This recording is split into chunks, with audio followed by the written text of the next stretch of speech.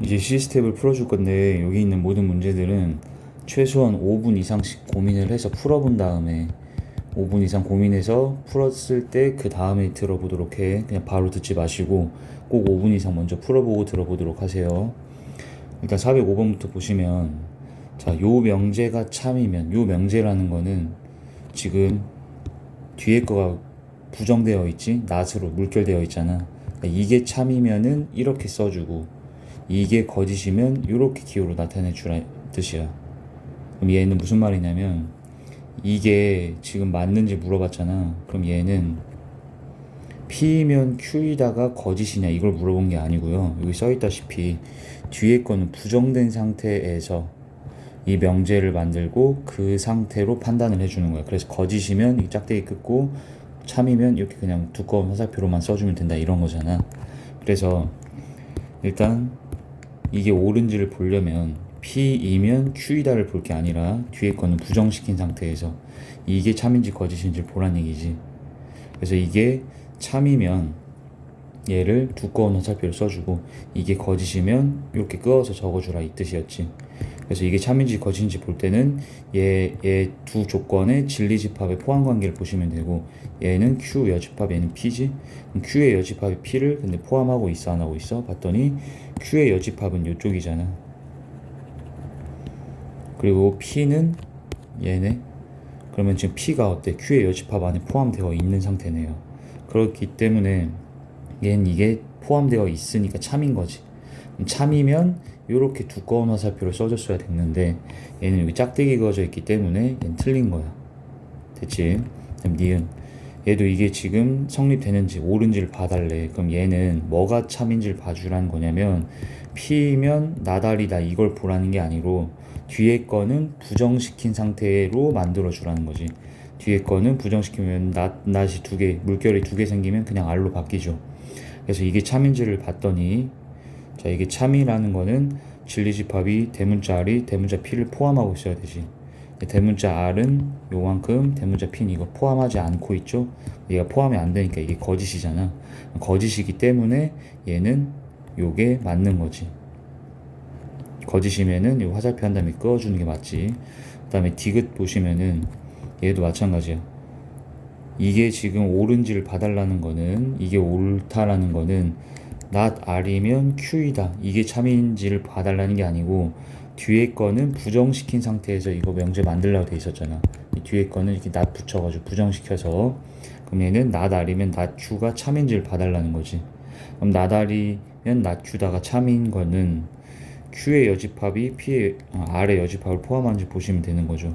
Q의 여집합은 여기서 이렇게 빨간 색깔이 되고 R의 여집합은 이렇게 되겠네. 그럼 지금 어때요? 빨간 색깔이 보라 색깔을 다 포함하고 있는 상태지? 그렇기 때문에 얘는 참인 거라서, 얘가 참이기 때문에 얘도 그냥 두꺼운 화살표로서 이어주면 되는 게 맞지. 그래서 답은 니은 디귿이 된다.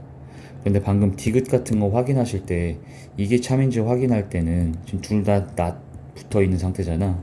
그래서 이럴 때 우리가 배운 걸 활용하자면, 이게 참이면 얘의 뭐도 참이야? 대우도 참여해야 되고, 대우가 참이면 얘도 참인 거니까, 자, 이 상태에서 대우를 쓴 다음에 확인해 주는 게 좀 더 간편하긴 합니다. 이 보라 색깔이 대우고 얘는 R이 Q를 포함하면 되는 거고, 이렇게 되면 쉽게 보이지.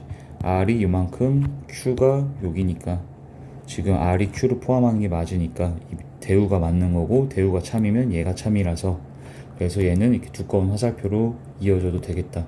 이렇게 대우를 사용했던 것도 잘 기억해줘. 그래서 답은 5번이고. 자, 406번은 일단 P 조건을 먼저 봤을 때 요게 지금 2차 부등식으로 나와 있는 상태죠. 그런데 정확하게 표현하면은 여기에 얘가 2차 부등식이라고 문제에 써 있지는 않잖아요. 그러니까 2차 부등식이라고 정확하게 명시가 되어 있으면 얘는 2차 부등식이어야 되는 거거든. 그 뜻은 A가 0이면 안 되는 거야. 다시, A가 만약 0이어 버리면 요게 지금 0 돼 버리면서 2차 부등식이 안 되는 거지. 그런데 2차 부등식이라고 명시가 안 되어 있을 때는 얘가 2차 부등식이 아닐 수도 있다라는 거거든.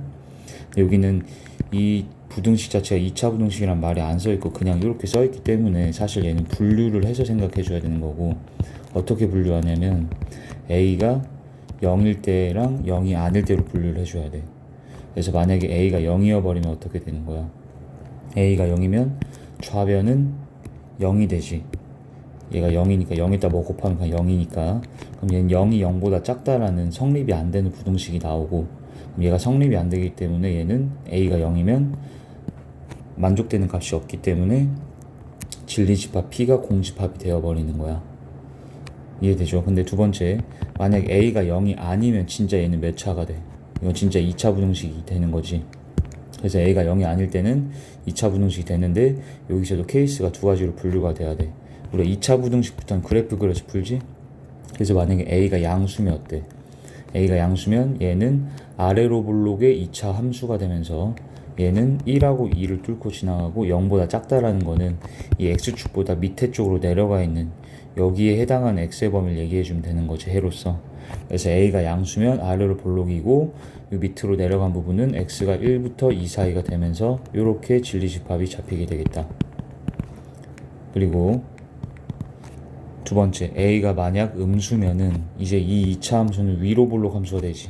그래서 위로 볼록 함수가 되면서 다시 1하고 2 뚫고 지나가고, 이때 0보다 작다라는 건 x축 아래로 내려간 범위, 즉 1 바깥 2 바깥쪽으로서 해가 나오게 될 거 아니야. 그래서 이때 진리집합 P는 x가 1보다 작고 또는 작거나 또는 x가 2보다 크다. 이렇게 진리집합들이 A의 값에 따라서 나뉜다라는 걸 알 수 있겠다. 자, 다시 얘기하면 우리 이 P 조건을 해석할 때 먼저 A가 0이어 버리면 어떻게 된다고? 이 부등식 자체가 2차 부등식이 아닌 게 되고, A가 0이 아니면 2차 부등식인 거잖아. 그러니까 A가 0이냐 아니냐로 먼저 구분을 했었어야 했고, A가 이젠 0이 아닐 때는 다시 어떻게 돼? A의 부호에 따라서 이 2차 함수의 볼록성이 바뀌고, 볼록성에 따라서 해가 이렇게 안쪽으로 나오냐 바깥쪽으로 벌려지냐 결정되기 때문에 이 볼록성이라는 건 A의 부호가 결정해주고, 그래서 A의 부호가 양수일 때랑 음수일 때로 또 케이스를 분류해서 이렇게 이 조건 P의 진리집합을 구하는 과정을 보여준 거야 지금. 그리고 이제 Q 조건 같은 경우에는 그냥 단순한 B보다 크다라는 그 모든 값들이 이제 Q의 진리집합이 되겠지. 그래서 B가 어디일지는 몰라도 그냥 B보다 오른쪽 여기 부분이 이제 Q의 진리집합으로서 이제 나올 거라는 걸 알 수 있겠다. 자, 여기까지 해석한 다음에 그냥 바로 기억부터 보시면, A가 만약 0이면 P가 공집합이니, 자, 아까 우리가 여기서 분류하기를 A가 0이면은 어떻게 돼? 얘가 2차 부등식이 아니고 0이 0보다 작다라는 성립이 안 되는 부등식이기 때문에 만족되는 값이 없잖아. 만족되는 값이 없기 때문에 얘는 P집합 자체가 공집합인 게 맞겠지. 그래서 기억이 맞고, 니은 A가 만약 양수고 B가 0이면 이래. 근데 A가 양수면이라는 거는 여기에서 아까 아래로 볼록 함수의 2차 함수 상태가 되면서 해가 1과 2 사이로 나왔던 이게 P의 진리집합이 됐지. 그럼 니은에서는 P는 지금 1과 2 사이의 값으로 해가 나오는 이게 P의 진리집합인 거고, 그 다음에 Q의 진리집합은 얘가 0보다 크다 일 때겠지. B가 0이잖아 지금. 얘가 0인 거니까 0보다 크다, 이렇게 되는 게 지금 이 빨간 색깔이 Q집합이 되겠지. Q집합이 이 P집합을 전부 다 포함하고 있기 때문에 니은도 맞다가 되겠다. 그리고 디귿 A가 음수면, 자, A가 음수라는 건 아까 여기에서 맨 마지막 케이스지. A가 음수면 우리의 요 2차 부등식은 이 2차 함수가 위로 볼록 함수가 되면서 해가 아까 1과 2 바깥쪽으로 벌려졌던 거 기억하죠? 그래서 이게 지금 P집합이 됩니다. 이 검정 색깔이. 그리고 B는 3이래. 그럼 B가 3이라는 거는 얘가 3보다 크다. 이게 Q집합이 되는 거지. 그랬을 때 이 명제가 참이네. 이 명제는 지금 not P이면 Q이다가 참이냐 물어봤기 때문에 Q집합이 P의 여집합을 다 포함하는지를 봐주시면 되겠죠. 그래서 이게 포함되면은 참이고 포함 안 되면 거짓이다, 이렇게 해주면 되는 거고. 자, Q는 여기서 아까 이 빨간 색깔로 우리가 수직선을 표현했잖아. P의 여집합은 어떻게 되겠어? 지금 우리 이 검정 색깔이 1보다 작거나 2보다 크다가 이제 P집합이었으니 P의 여집합은 부등호 방향 이거 부정시키는 거죠. 부동호 방향 바뀌고 등호가 없었으면 생겨야 되고 또는은 2고로 바뀌어야 되고 그다음에 여기도 방향 바꾸고 등호 생겨주면 되겠지. 그럼 1 이상 2고 2 이하인 거야. 1 이상 2고 2 이하인 거니까 요거 한마디로 여기 수직선상에서는 이거 방향 이렇게 둘 다 틀어준 다음에 여기가 색칠이 안 됐었기 때문에 여기다 다시 색칠해서 이렇게 표현해준 얘가 P의 여집합이다 되는 거지. 그랬을 때 보니까 이 P의 여집합이 Q 안에 다 들어가 있지가 않잖아요. 그러니까 얘는 거짓이기 때문에 얘는 틀렸다. 그래서 답이 2번이 됩니다. 자, 다음 407번에는 여기다 필기 좀 해줘. 자, 어떤과 이제 우리가 모든의 차이점을 알아야 되는데 어떤이라는 거는 한 개라도 만족되면 만족되는 거야. 어떤이라는 건 이것도 설명을 다 해주긴 했었는데, 자, 어떤 학생이 선생님을 좋아한다 라는 이 명제가 참이되려면은 학생 중에 한 명이라도 선생님을 좋아하면은 이 명제는 참이다라고 해주는 거야. 무슨 말인지 알겠죠?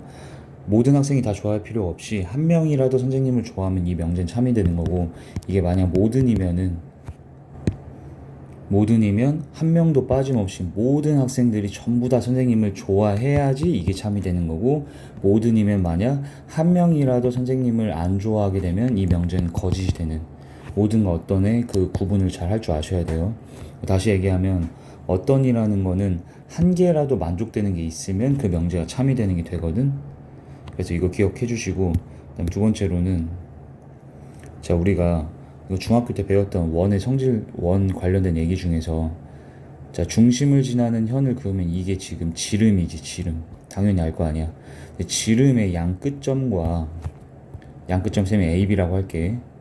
양 끝점과 지름의 양 끝점 그리고 원 위에 있는 모든 어떤 점이든 간에 이으면 무조건 이거 무슨 삼각형 된다고 알고 있어?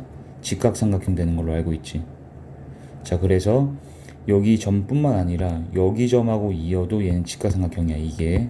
그리고 여기랑 이어도 직각이 됩니다 무조건. 자, 다시 원 위에 있는 점 적어도 지름의 양 끝점과 원 위의 점 이으면 직각삼각형인데 무조건 직각삼각형. 이해되죠? 그리고 원 내부에 있는 점을 있잖아. 지름의 양 끝점을 고정해 놓고 원 내부에 있는 점을 이어주게 되면은 얘는 지금 이게 90도보다 벌려졌죠 이쪽 각도가. 그래서 원 내부 점하고 있게 되면은 둔각 삼각형이 된다. 이거 외워 주셔야 되는 필수 암기 개념이야. 필수 암기. 그리고 마지막으로 자, 여기 다시 내부에 어떤 점이든지 간에 이렇게 있게 되면 지름의 양 끝점하고 이렇게 이어주면은 이 삼각형 자체가 둔각이 된다는 얘기야. 이 빨간색 이 삼각형이. 그리고 원 바깥의 점, 외부의 점하고 있게 되면은 지름의 양 끝점과 원 밖의 점을 이으면 무조건 이 보라 삼각형은 예각 삼각형이 돼. 전부 다 90도보다 작은 각도로 형성되면서 원 외부 점과 이으면 원 내부 점, 원 외부 점과 이으면 무조건 얘는 예각 삼각형이 된다. 그래서 다시 얘기하면은 원이 이렇게 있어요. 지름의 양 끝점이라고 해봐 얘네가. 그랬을 때 이 원을 만드는 이 곡선 있잖아. 이 곡선이 경계선이라 생각하시면 돼요. 어떤 경계선이냐면 여기 위에 있는 점하고 이으면 얘라 이렇게 하면 직각이 되는 거고, 그리고 내부에 있는 거 있게 되면은 둔각이 되는 거고, 그리고 외부에 있는 거 이으면 무조건 100% 예각이 됩니다. 이 삼각형 자체가. 그래서 이 곡선 위에 이 원을 만드는 이 곡선 위의 점이냐 내부냐 외부냐에 따라서 예각, 직각, 둔각이 나뉘어지는 이 상황이 되기 때문에 그 경계선이라고 생각하시면 돼요. 기준이 딱 달라지잖아. 구분이 되잖아. 그러면 이 두 가지 개념을 가지고선 이제 이 문제를 풀어보면은 A점하고 B점이 주어져 있는 상태거든. 그래서 선생님 대충 그냥 A점 여기 있다고 치고 대략적으로 B점이 여기 있다라고 칠게. 이런 식으로 그냥 대충 찍은 거예요. 자, 그랬을 때 이 두 점하고 이 두 점과 어떤 요런 직선이 있지. 이 직선은 지금 기울기가 음수짜리인데 얘도 그냥 대충 선생님이 이런 식으로 나타내 볼게.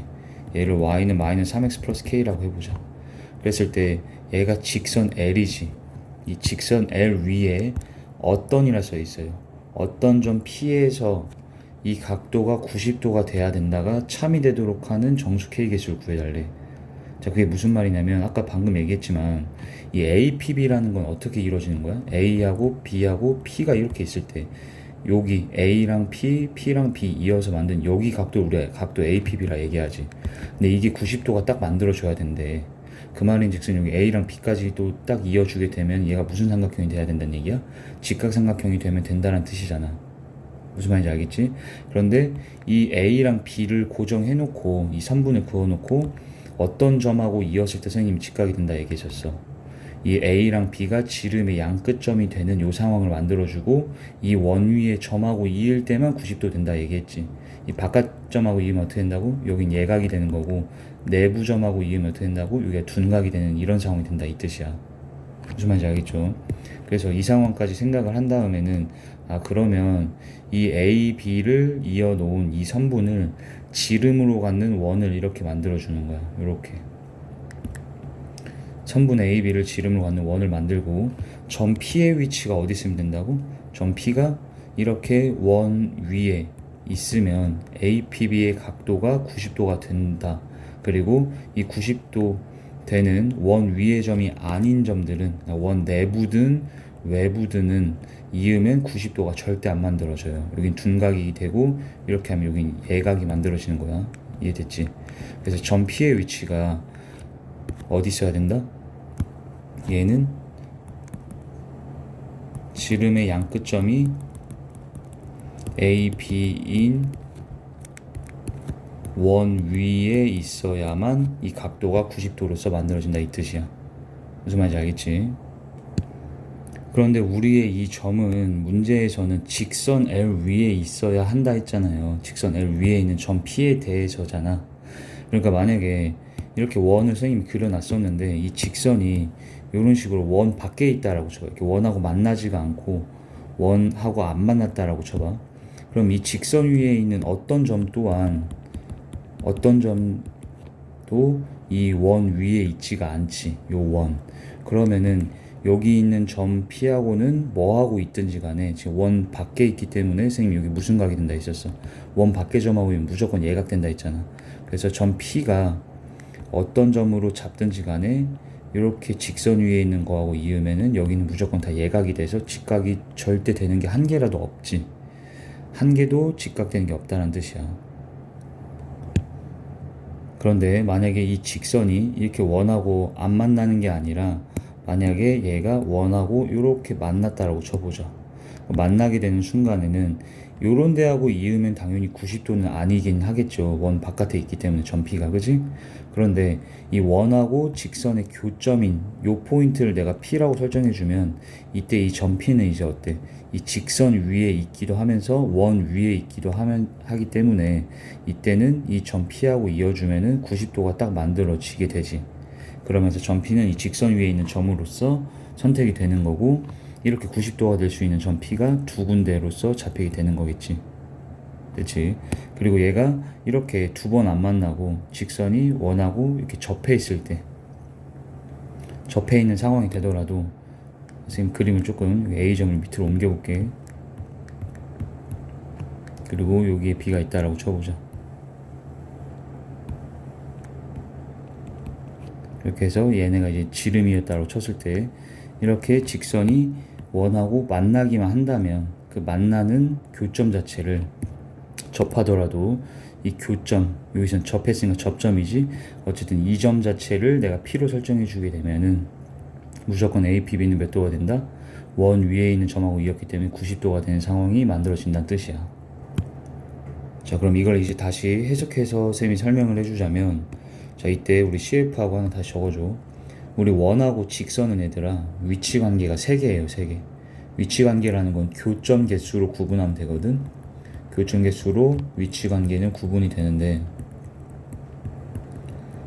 자, 이렇게 돼서 교점 개수가 0개일 때가 있고 접하면 교점 개수가 1개일 때가 있고 두 번 뚫고 지나가면 교점 개수가 2개일 때가 있고 이 셋 중에 무조건 한 가지 상황으로만 만들어지겠지. 뭐 교점이 3개 되거나 4개 되거나 이런 경우는 없을 거 아니야.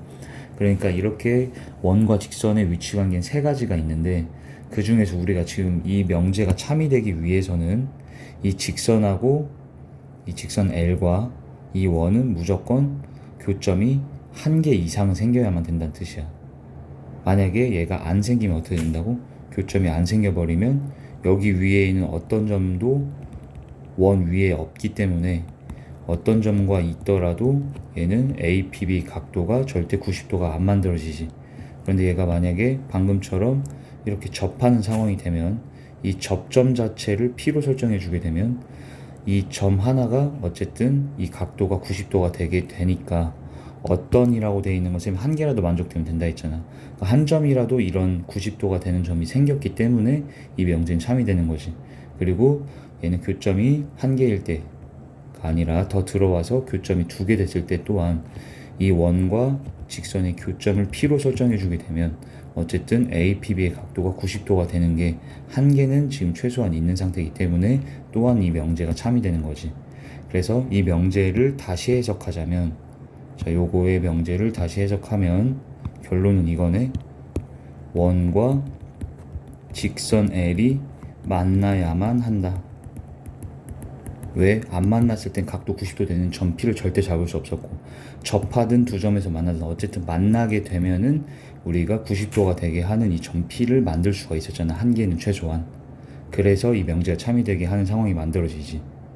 그러니까 점 원하고 직선은 꼭 만나야만 이 명제가 참이 된다라고 얘기할 수 있다라는 거지. 그래서 최종적인 해석은 이게 됩니다. 해석을 하면, 자, 그럼 여기까지 일단 다 먼저 필기를 해두고 선생님 잠깐 지우고 좀 다시 풀게. 자, 이렇게 다 적었으면은 이제 그 다음에 이제 우리 이것도 다시 고등학교 1학년 1학기 거 내용인데, 자, 원하고 직선이 만나려면 어떻게 돼야 돼? 원하고 직선이 만날 때는, 자, 원과 직선의 위치 관계는 세 가지 있다 했지. 교점이 0개일 때, 1개일 때, 2개일 때인데, 이거를 식으로 우리가 계산할 때는 원의 중심과 에서 직선까지의 거리, 얘랑 반지름 간의 대소 비교를 해주셔야 돼요. 그게 무슨 말이냐면, 얘가 직선하고 원이 만약에 안 만나잖아? 그럼 중심에서부터 직선까지의 거리, 얘가 중심부터 직선까지 거리지, 이게 반지름보다 어떻겠어? 거리가 더 크게 되면 이때는 안 만나는 게 되는 거야. 즉 교점이 0개가 되는 거지. 그런데 얘가 만약에 접하게 되는 순간 어떻게 돼요? 다 적어 주셔야 돼요. 지금 필기하면서 들어야 돼. 접하게 되는 순간에는 중심에서부터 이 직선까지의 거리가, 이 거리랑 반지름이랑 당연히 일치가 되는 상황이 되고, 그때 교점 1개가 되는 거지.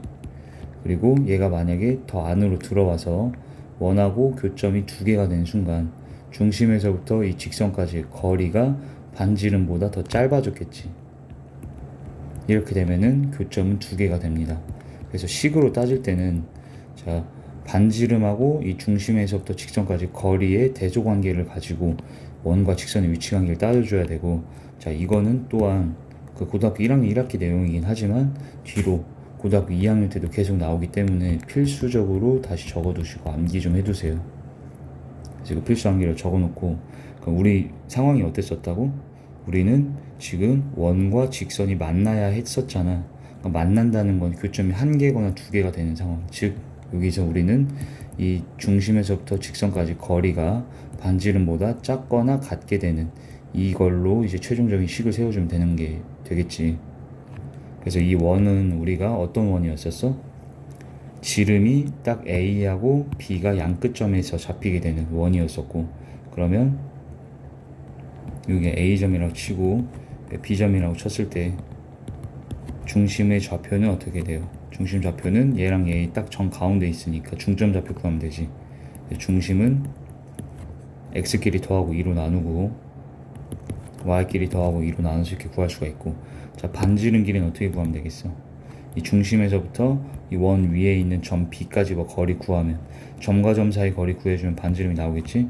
그래서 여기 점과 점 사이 거리 구해주게 되면은 x끼리 빼고 제곱, x끼리 빼고 제곱하고 y끼리 빼고 제곱, 루트 씌우면 반지름이 2루트 2라고 나오게 됩니다. 자, 그리고 또 혹시나 이제 이 반지름하고 중심하고 다 찾았는데 점에서 직선까지의 거리 구하는 공식 까먹은 사람이 혹시 있을 것 같아서 선생님 적어주면은, 자, x1, y1이란 점이 있을 때 얘가 ax 플러스 by 플러스 c는 0이란 직선이 있으면 요 거리 있죠, 점에서부터 이 직선까지 거리는 루트 a제곱 더하기 b제곱 분의 절대값 이 점좌표 여기 직선에다 대입해서 이렇게 구해주면은 이게 거리가 되는 거야. 공식 까먹은 사람들을 적어주시고, 그럼 우리의 직선이 아까 y는 마이너스 3x 플러스 k였지. 그럼 여기서부터 중심까지의 거리를 구해보자. 자, 그거는 이제 선생님 좁아서 여기에서 마이너스 1,2까지의 거리는 밑에다 써보면은, 자, 이 직선 자체를 자, 다 좌변으로 넘겨가지고 3x 플러스 y 마이너스 k는 0 상태로 만든 다음에, 자, 루트 x의 개수의 제곱, y의 개수의 제곱, 절대값 이걸 대입. 그럼 얘가 지금 원의 중심에서부터 직선까지 거리가 되고, 이 거리가 반지름보다 이하면 되는 거지. 반지름이 아까 2루트 2, 그럼 얘가 루트 10이니까 얘를 양변에 곱해서, 그리고 얘는 계산해 주시면 이렇게 되겠네. 얘는 4루트 5가 되지. 그러면 얘는, 자, 우리 절대값은 절대값 마이너스 x든 절대값 x든 똑같은 거죠. 그래서 여기 안에 거의 부호를 뒤집어서 절대값 k 플러스 1이라고 쓰고, 그럼 이때 절대값 풀어주게 되면 k 플러스 1이라는 거는 4루트 5 이하 마이너스 4루트 5 이상이다가 되겠다. 그럼 k는 4루트 5 빼기 1 이하 이렇게 만들어지겠지. 근데 그런 k가 지금 정수 개수 세달라고 했었고, 이때 4루트 5라는 거는 4를 루트 안으로 집어넣어줘서 얘가 루트 80이 되지. 따라서 얘는 8점 얼마 정도 될 테고, 8점 얼마에서 1을 뺐으니까 얘는 7점 얼마 정도가 되겠지. 그리고 여기는 얘가 마이너스 8점 얼마 있다가 1을 뺀 거기 때문에 마이너스 9점 몇몇 정도 되겠네. 그럼 그 안에 있는 정수는 마이너스 9부터 쭉 세서 7까지 세주면 되겠죠. 그래서 이거 안에 있는 정수 개수는 다 세지 마시고 맨 끝에 거에서 맨 끝에 거를 뺀 다음에 1을 더해주면 개수 나오는 거 아시죠?